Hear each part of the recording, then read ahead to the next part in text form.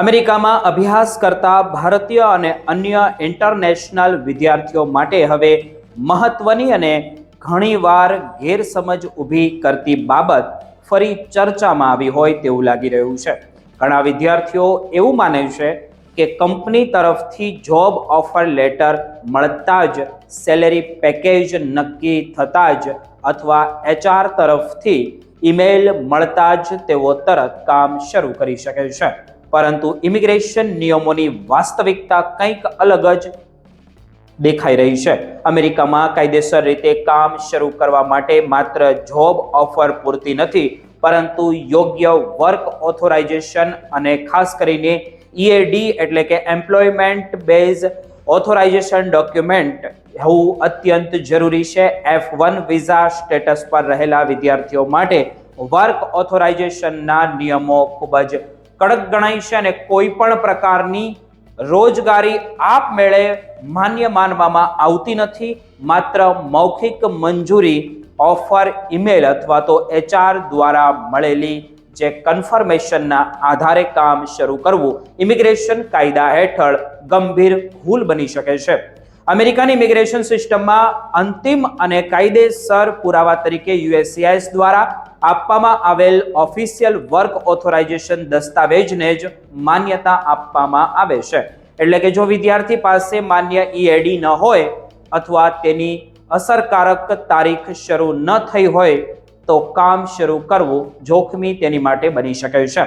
યોગ્ય મંજૂરી વગર કામ શરૂ કરવું માત્ર નાની ભૂલ નથી, પરંતુ ઇમિગ્રેશન કાયદાનું ગંભીર ઉલ્લંઘન ગણાય છે અને તેની અસર વિદ્યાર્થીઓના આખા ઇમિગ્રેશન ભવિષ્ય પર પડી શકે છે.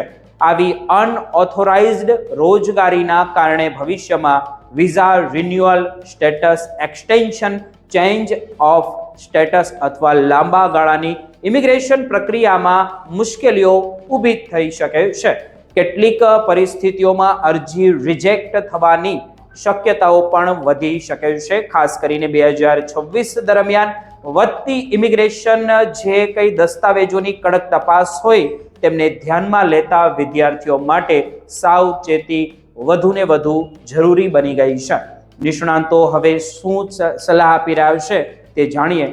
તે કોઈ પણ જે જોઈનિંગ ડેટ સ્વીકારતા પહેલા પોતાની વર્ક એલિજિબિલિટી સંપૂર્ણ રીતે ચકાસી લેવી જોઈએ.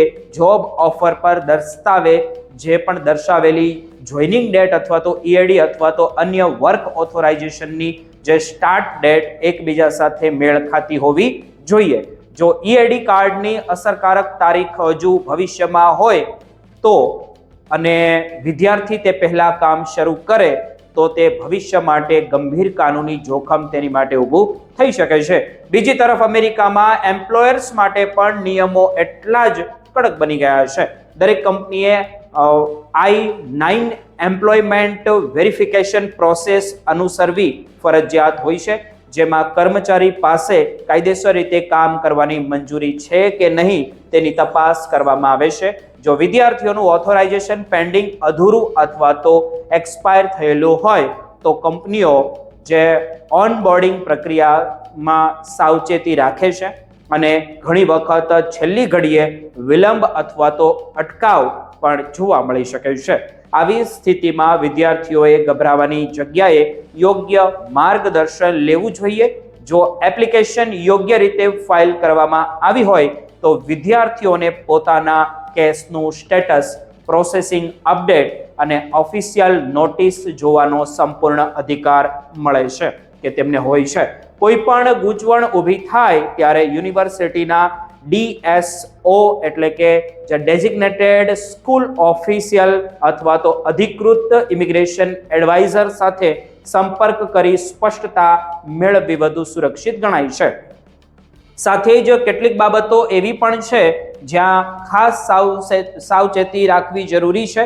માત્ર બીજા લોકો એવું કહી રહ્યા છે એટલે પોતે પણ નિયમો તોડવા જોઈએ એવી માનસિક ખતરનાક સાબિત થઈ શકે છે અને દસ્તાવેજોમાં મિસમેચ, ખોટું રિપોર્ટિંગ અને અનઓથોરાઇઝ્ડ ઇન્ટર્નશિપ, કેસ બેન્ડ કામ અથવા તો ઓફ કેન્સલ અને જેવી પ્રવૃત્તિઓ ભવિષ્યમાં મોટી કાનૂની મુશ્કેલીઓનું કારણ તમારી માટે બની શકે છે.